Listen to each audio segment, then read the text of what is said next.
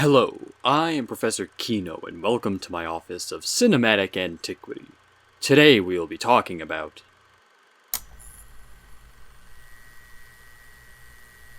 when Disney bought out Fox around a year or so ago, there was a lot of crossover. Employment was restructured, and of course various Fox projects were altered and even cancelled. Some, like with the Mouse Guard movie, which already had actors like Idris Elba, Jack Whitehall, and Andy Serkis signed on, were canned right before their production was slated to start. And others, such as the X-Men spin-off New Mutants, have consistently had their release date pushed back despite being complete. In other words, Fox's new superiors, Bob Iger, Alan Horn, and the rest of Disney, have been very choosy with regard to what they have decided to continue producing and actually release from Fox's backlog. And the biggest factors that have come into play with this decision are 1. Relations to other deals, i.e. the release of Alita Battle Angel due to Disney's new and lucrative association with James Cameron, 2. Financial reasons, i.e. the reason for releasing X-Men Dark Phoenix, even though it backfired, and 3. Potential awards contenders, i.e. Ad Astra and the subject of this review, Ford V Ferrari. And with regard to Ford v Ferrari, Disney was right on the money with their assessment. Since premiering, the film has received almost universal acclaim from both critics, as seen from its impressive 92% on Rotten Tomatoes, and even more impressive 81% on Metacritic, and from audience members, as seen from its glowingly rare A+ cinema score. So now that I've seen it, do I think it lives up to all the praise? Premise.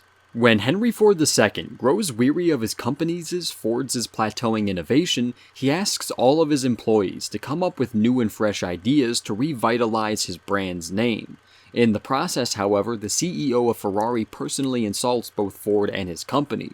This heinous act pushes Ford to invest in a racing division with the task of creating a quality race car that can defeat Ferrari, the world's most famous race car company, at the most prestigious automobile race in the world, Le Mans.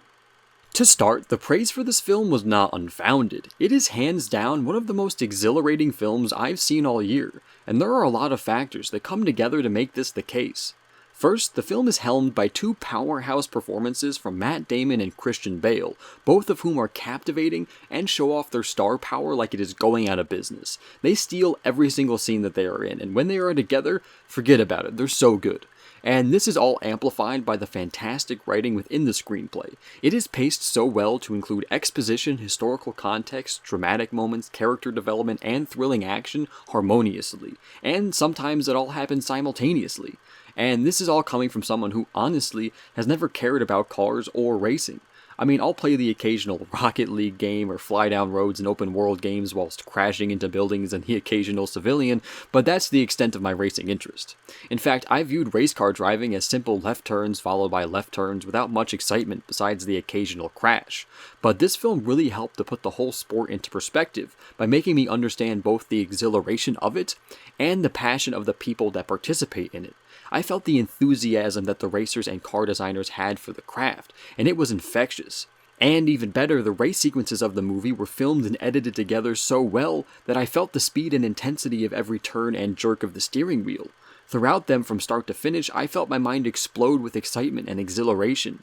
And all of this excellence was of course supported by some wonderful production design and a solid supporting cast that included the always entertaining Jon Bernthal, aka one of the greatest gifts that The Walking Dead gave to the entertainment industry, and the stupendous Caitriona Balfe, who fills the film's unfortunate void of female characters, which is a flaw mostly caused by the fact that this film is about the 1960s automobile industry by giving a strong-willed and grounded performance.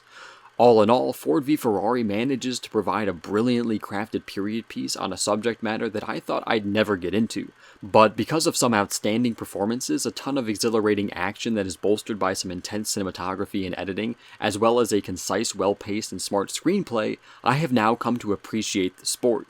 Because of this, Ford v Ferrari's universal acclaim from critics and audience members alike is completely justified, and the final result is one of the best films I've seen in 2019 so far, and one that I wholly recommend to everyone. I think it is so good, in fact, that I anticipate that it'll receive at least a handful of Oscar nominations and probably secure a few wins during this coming February's Academy Awards.